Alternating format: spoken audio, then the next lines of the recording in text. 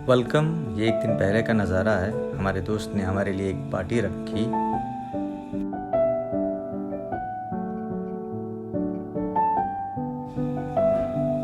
फिर सारे दोस्त मिल कर के हम लोगों ने पार्टी की, बहुत सारे डिशेस मंगाए और हमने खाया और मज़ा आया। दोस्तों के साथ कुछ वक्त गुजारने का मौका मिला बिहार ट्रैवल करने से पहले, जो कि एक दिन पहले की बात है।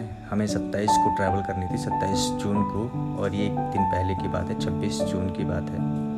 और हम सब मिल कर के इकट्ठे हुए और हम लोगों ने जो एक थोड़ा सा कीमती वक्त होता है हमने एक साथ बिताई और फिर हम निकल गए बिहार के लिए। फिर हमने फ़्लाइट पकड़ी। पहले जब मैं गया था इंडिया तो उस वक्त मैंने इंडिगो की फ़्लाइट पकड़ी थी, लेकिन इस बार हमने सोचा कि नहीं, इंडिगो छोड़ो, इस बार हम एयर इंडिया की फ़्लाइट पकड़ेंगे। तो हमारी फ़्लाइट जो थी एयर इंडिया की फ़्लाइट थी, 3:35 की जो flight early in the morning थी, 27 की अर्ली इन द मॉर्निंग हम उस फ़्लाइट पे बैठे और आ गए इंडिया।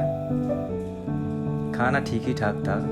हम इंडिगो की फ़्लाइट इसलिए छोड़े कि उसका खाना हमें ठीक ठाक नहीं लगा था। इसकी वजह से हमने सोचा कि चलो एयर इंडिया की फ़्लाइट पकड़ते हैं, क्योंकि यहाँ पे जो है ट्रेडिशनल फूड मिलता है, लेकिन इसका भी खाना ठीक ही ठाक था। फिर हम एयरपोर्ट पे उतरे। एयरपोर्ट का ये नज़ारा था, हमने ये नज़ारा भी देखा। उसके बाद से हमारी जो फ़्लाइट थी वहाँ पे 1:40 की फ़्लाइट थी एयर इंडिया की, जो दिल्ली से पटना की थी। पहले हम अक्सर गोरखपुर आया करते थे, फिर हमने सोचा कि नहीं, इस बार हम चलेंगे पटना, क्योंकि पहले पटना से गोपालगंज आने के लिए कम से कम हमें 5 या 6 घंटे लगते थे। लेकिन ये जो नया ब्रिज बना हुआ है, नया हाईवे बना हुआ है, इसके वजह से जो 6 घंटे का जो डिस्टेंस था या 5 घंटे का जो डिस्टेंस था, वो अब 3 या 3.5 घंटे में कवर हो जाती है। तो ये सीधे ये जो लेन आपको दिख रहा है, ये हाईवे, इस हाईवे से हम निकले पटना एयरपोर्ट से, जो कि सीधे दीघा में कनेक्ट करती है ब्रिज को सोनपुर से। और फिर हमें सीधे ये जो ब्रिज, सामने जो ब्रिज है, ये सामने इस ब्रिज से हम सोनपुर निकल गए। तो हमें महात्मा गांधी सेतु पुल होकर के नहीं जाना पड़ा, नहीं तो उधर से थोड़ा सा लेट हो जाता है ट्रैफिक की वजह से। तो हम हाजीपुर को स्किप कर गए और सीधे पटना से दीघा होते हुए सोनपुर निकल गए। और वहाँ से सीधे हम छपरा और सिवान के रास्ते से बीचों बीच सीधे हम गोपालगंज की तरफ से निकलना था हमें। तो रास्ते में मैं इस ब्रिज से पहले भी जा चुका हूँ, लेकिन इस बार मानसून का टाइम था तो थोड़ा नज़ारा अच्छा लग रहा था।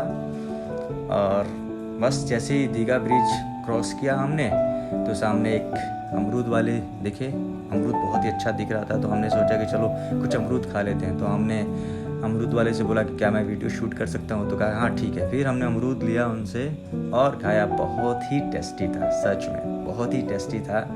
और सब, हम अकेले नहीं जा रहे थे, सब परिवार जा रहे थे, तो हमें बहुत ही अच्छा लगा अमरूद का टेस्ट। फिर हम वहाँ से निकले, रेलवे क्रॉसिंग क्रॉस किए, उसके बाद से सीधे हम रास्ते से निकलते चले गए। और आजू बाजू का जो नज़ारा था हम देख रहे थे, बहुत ही अच्छा लग रहा था।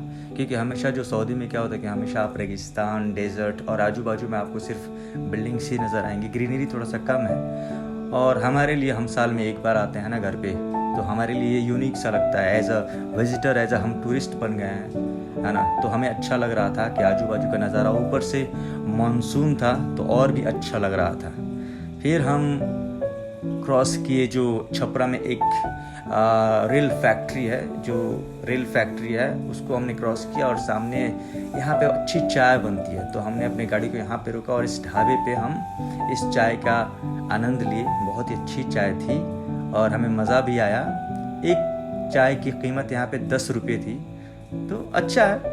वैसे भी सऊदी में एक चाय की कीमत 1.5 या 2 रियाल है, जो कि अगर वहाँ से हम यहाँ पे कंपेयर करेंगे तो हमारी जो इंडिया की जो चाय है सस्ती ही है। फिर शाम हो गई 6:30 7, तो हमारा ये उम्मीद था कि हम घर लगभग 8 साढ़े 8 को पहुँचेंगे, हम पहले से ही जानते थे। फिर रास्ते हमें ट्रेन भी दिखी, जो जहाँ पे हम जंक्शन पे रुके हुए थे।